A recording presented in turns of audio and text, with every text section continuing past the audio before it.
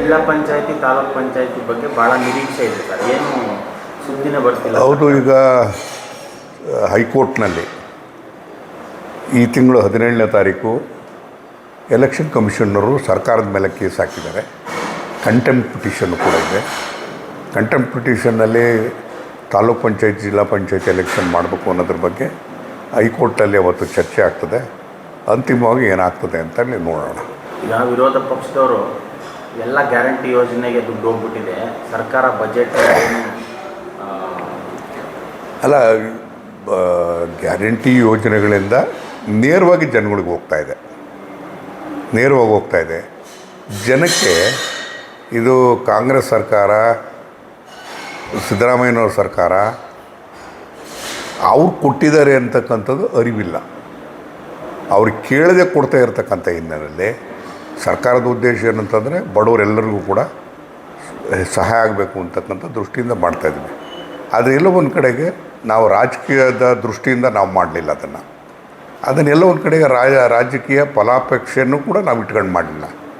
ಜನಗಳಿಗೆ ಸಮುದಾಯಕ್ಕೆ ಸಹಾಯ ಆಗಬೇಕು, ಅದು ಎಲ್ಲ ಒಂದು ಕಡೆಗೆ ಪೌಷ್ಟಿಕತೆ ಬಗ್ಗೆ ಹೆಚ್ಚು ಒತ್ತು ಕೊಡ್ತಕ್ಕಂಥ ರೀತಿಯಲ್ಲಿ ಆಗಬೇಕು ಅನ್ನೋ ದೃಷ್ಟಿಯಿಂದ ಇವತ್ತು ಅವೆಲ್ಲ ಕಾರ್ಯಕ್ರಮಗಳನ್ನ ಮಾಡಿರ್ತಕ್ಕಂಥದ್ದು. ಇವತ್ತು ಎಲ್ಲೋ ಒಂದು ಕಡೆಗೆ ಪುರುಷ ಪ್ರಧಾನವಾಗಿರ್ತಕ್ಕಂಥ ಸಮಾಜದಲ್ಲಿ ಇವತ್ತು ಹೆಣ್ಣು ಮಕ್ಕಳು ಈಗ ನಿರಾತಂಕವಾಗಿ ಓಡಾಡ್ತಕ್ಕಂಥದ್ದು, ಯಾವ ಜಾಗಕ್ಕೆ ಬೇಕಾದ್ರೂ ಹೋಗ್ತಕ್ಕಂಥದ್ದು ಬರ್ತಕ್ಕಂಥದ್ದು ನೋಡಿದಾಗ ಎಲ್ಲೋ ಒಂದು ಕಡೆಗೆ ಹೆಣ್ಮಕ್ಳಿಗೆ ಒಂದು ಸ್ವಾಭಿಮಾನವನ್ನು ತಂದುಕೊಡುವಂಥ ಕಾರ್ಯಕ್ರಮ ಆಗಿದೆ. ಸ್ವಾಭಿಮಾನ ತಂದುಕೊಡ್ತಕ್ಕಂಥ ಕೆಲಸನೂ ಕೂಡ ಆಗಿದೆ. ಸೊ ಹಾಗಾಗಿ ಎಲ್ಲ ಒಂದು ಕಡೆ ಹೆಣ್ಣು ಅಂತಂದರೆ ಶೋಷಣೆಗೆ ಒಳಗಾಗ್ತಾಯಿದ್ಲು. ಆ ಶೋಷಣೆಗೆ ಇವತ್ತು ಒಳಗಾಗ್ತಿರಲ್ಲ. ಪುರುಷ ಪ್ರಧಾನವಾಗಿರ್ತಕ್ಕಂಥ ಸಮಾಜ ಆದರೂ ಕೂಡ ಹೆಣ್ಮಕ್ಳು ಸ್ವತಂತ್ರವಾಗಿ ಬದುಕ್ತಕ್ಕಂಥ ರೀತಿಯಲ್ಲಿ ಒಂದು ಶಕ್ತಿಯನ್ನು ತಂದಿರತಕ್ಕಂಥದ್ದು ನಮ್ಮ ಯೋಜನೆ. ಅದನ್ನು ಕೂಡ ನಾವು ಲೆಕ್ಕ ಹಾಕ್ಬೇಕಲ್ಲ. ಅದನ್ನು ಯಾರು ಕೂಡ ವಿರೋಧ ಪಕ್ಷದವ್ರು ಲೆಕ್ಕ ಹಾಕೋದಲ್ಲ. ನಿಜ, ಅಭಿವೃದ್ಧಿಗೆ ಹಣ ಸ್ವಲ್ಪ ಕಡಿಮೆ ಆಗಿರ್ಬೋದು, ಬಟ್ ಅಭಿವೃದ್ಧಿ ಏನು ನಿಂತಿಲ್ಲ. ಬಟ್ ಇನ್ನೂ ಅಭಿವೃದ್ಧಿಗೆ ಹೆಚ್ಚು ಒತ್ತನ್ನು ಕೊಡಬೇಕು ಅಂತಕ್ಕಂಥ ಒತ್ತಾಯವನ್ನು ಕೂಡ ನಾವೆಲ್ಲರೂ ಕೂಡ ಮಾಡಿದ್ದೇವೆ. ಸಾಲ ಮಾಡಿ ಆಗಿದ್ರೂ ಆಗಿ ಅಭಿವೃದ್ಧಿ ಹೆಚ್ಚಿಗೆ ಆಗಬೇಕು.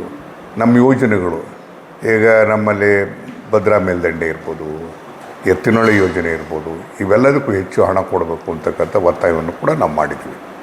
ಅದಕ್ಕೆ ಮುಖ್ಯಮಂತ್ರಿಗಳು ಸ್ಪಂದಿಸಿದ್ದಾರೆ. ನೋಡೋಣ ಅದು ಯಾವ ರೀತಿ ಆಗ್ತದೆ. ನೀವು ಸಣ್ಣ ಆಗಬೇಕಲ್ವಾ? ಅದು ಒಂದು ಉತ್ತಮ ಆಹಾರದಿಂದ ಸಣ್ಣ ಆಗಬೇಕಲ್ವಾ? ಪ್ರತಿದಿನ ನಮ್ಮ ಜೀನಿ ಸ್ಲಿಮ್ನ ಯೂಸ್ ಮಾಡಿ ಯಾವುದೇ ಸೈಡ್ ಎಫೆಕ್ಟ್ ಇಲ್ದಂಗೆ ನೀವು ಸಣ್ಣ ಆಗ್ತೀರಾ.